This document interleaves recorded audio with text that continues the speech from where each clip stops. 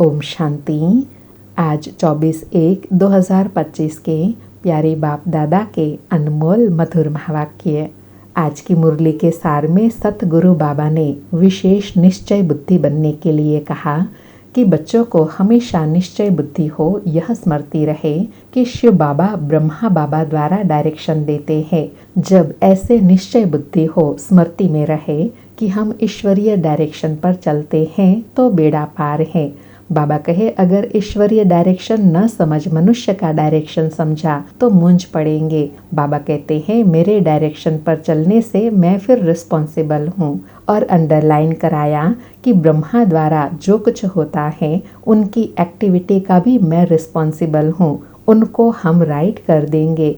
और साथ में कहा कि कदम कदम ईश्वरीय डायरेक्शन समझकर चलेंगे तो कभी भी घाटा नहीं होगा, निश्चय में ही विजयी है।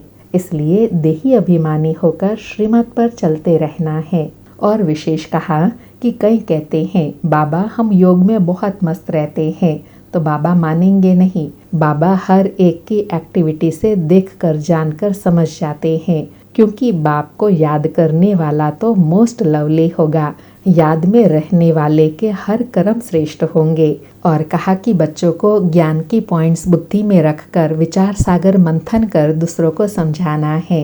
कभी भी ज्ञान की मगरूरी नहीं दिखानी है, अर्थात कभी भी ज्ञान का अभिमान न आए। और याद से प्राप्ति बताई कि बाप की याद में तो बड़ी खुशी में प्रफुल्लित रहना चाहिए। सामने एम ऑब्जेक्ट खड़ी है, हम यह लक्ष्मी नारायण बन रहे हैं। भूल जाने से खुशी का पारा नहीं चढ़ता है, स्मृति में रहने से खुशी बनी रहती है।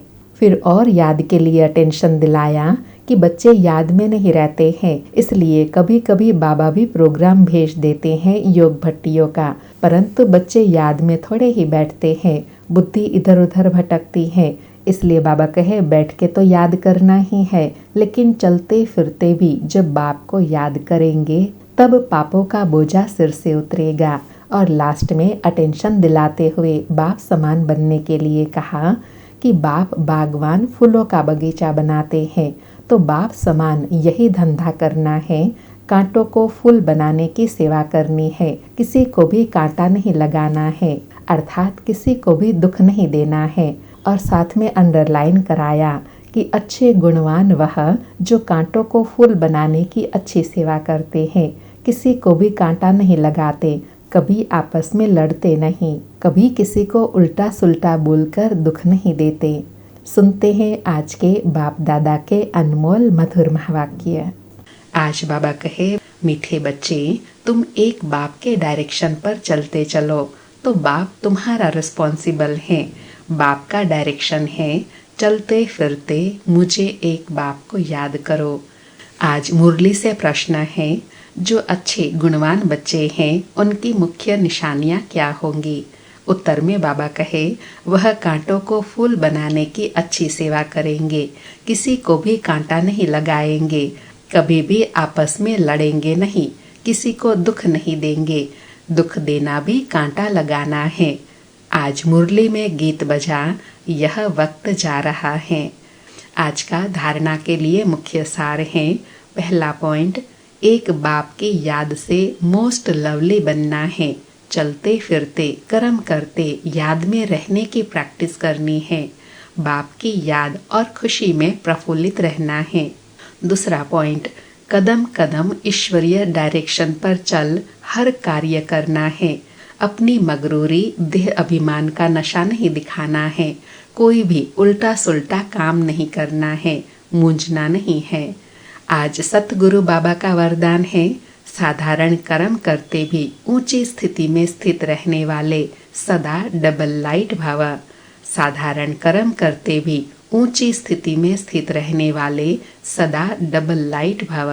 स्पष्टीकरण है, जैसे बाप साधारण तन लेते हैं, जैसे आप बोलते हो वैसे ही बोलते हैं, वैसे ही चलते हैं, तो कर्म बल साधारण है लेकिन स्थिति ऊंची रहती है।